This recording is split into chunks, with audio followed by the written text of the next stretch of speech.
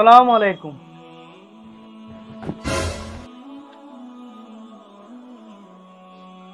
তোমরা কোনো খামকাজ দেয়নি, তোমরা কোনো খামকাজ খুঁজিয়ে পাও না ইয়া নইলো আর গেটু ইয়া খালি ধাক্কারায় কিতা লাগে খালি সালাম দেয় যাও দেখি যাও।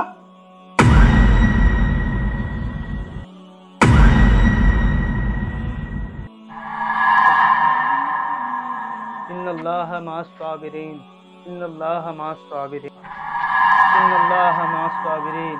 শেষ করে পড়ো, ইন্নাল্লাহা মা'আস সাবিরিন, ইন্নাল্লাহা মা'আস সাবিরিন, ইন্নাল্লাহা মা'আস সাবিরিন। আমার শরীর কিতা লাগে আরাম করে, শরীর আরাম পাইয়ান না, কিতা লাগিলাম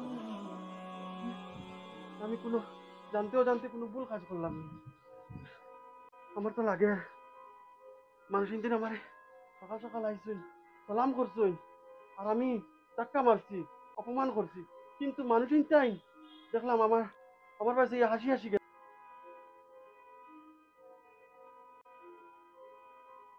করলাম না। আমি যেতে লাগবো, যেন আসুন তন্তানটা খুঁজিয়ে আনতে লাগবো, খুঁজ করতে লাগবো, আমি আমার মাপ চাইতে লাগবো, আমি যেতে লাগবো।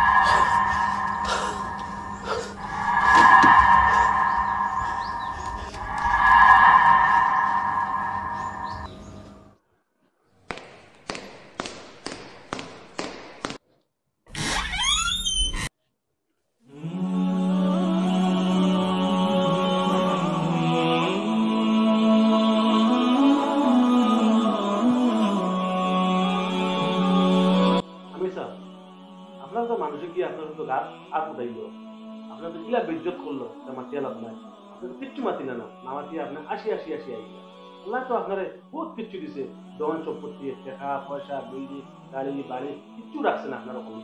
আপনার তো চাইলে মানুষ করে আপনি বহুত কিচ্ছু হইতে পারলেন না, আপনার উঠাই হলে বুঝে আইতে পারলেন না, তাহলে কি থাকবো। শোনো হেলাল ভাই, ধন সম্পত্তির জন্য বেঠায় তারা দেখাই এগোই যুগে আমার অহংকার, বুঝছেন? আর আল্লাহর সবচেয়ে নাপসন্দ জিনিস হইল অহংকার।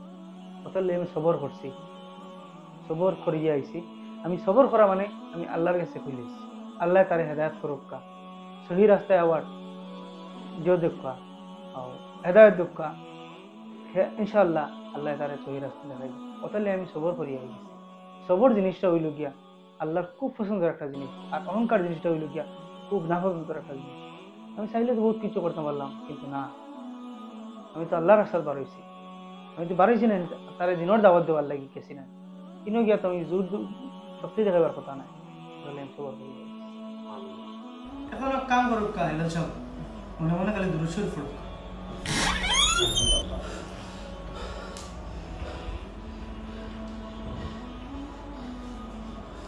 আসসালামু আলাইকুম। ওয়ালাইকুম আসসালাম। আসসালামু আলাইকুম। ওয়ালাইকুম আসসালাম। আপনিও তো ফেরেশান হয়ে এখান থেকে। আমি আপনার তোরে খুঁজাইতে মসজিদে আইছি, আমি কইছি অন্য ভাইম আমি আপনার তোর লগে বহুত বড় একটা ব্যাধব্য করে লাইছি, বহুত বড় একটা অন্যায় কাজ করে লাইছি। আমি আমার ঘরে গিয়া অশান্তি আমার শরীরও কিতা করে, আমারে মাফ করি তো, আল্লাহ আস্তে আমার মাফ করি তো। আমি ওখানে মাফ চাওয়ার লাগে আপনার তোর কাছে খুঁজা নিতে আইছি। দেহকা আমরা মাফ করে দেন ওয়ালা খে আল্লাহ যেন আপনার মাফ করে দিলে আমরা কিচ্ছু করি বুঝছেন। আপনার কাছে হদিন সেদিন আমরা এই দিনের দাওয়াত লিয়ে গেছিলাম, আপনি ঠেলামারি আমরা বার করে দিলেছিলেন। দেখুন আজকে আপনার আল্লাহ নিয়ে আমরা গেছে নিয়ে আসে ও মসজিদও নিয়ে যাই গেছেন। আপনি যে কাজ করবার যে পরেশানি যে টেনশন লিয়ে বলতে তাহলে সিনিয়র না হয়তো তানো দুইটা ফ্যাক্টরি আছে, বহুত পয়সা মানে আল্লাহ আমার ওলাবের খুব শাসনপতি মানে বানাইছে। কিন্তু ভাই আমরা যদি আল্লাহর রাস্তায় বাড়াইছি, আল্লাহর রাজি উজি করালেই বাড়াইছি।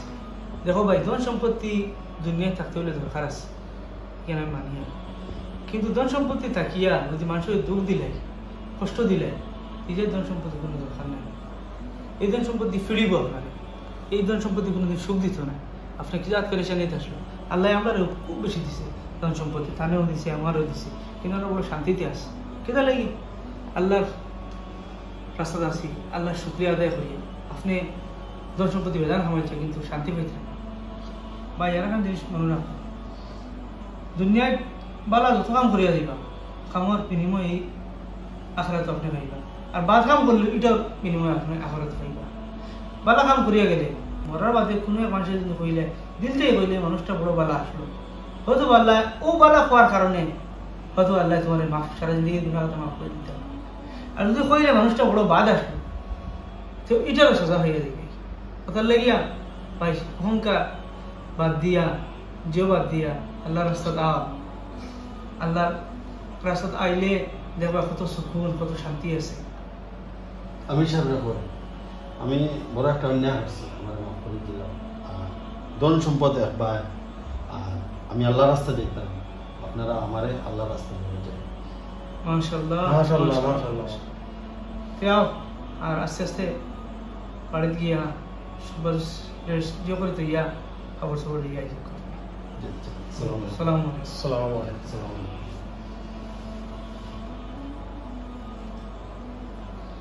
ওর কত বিষয়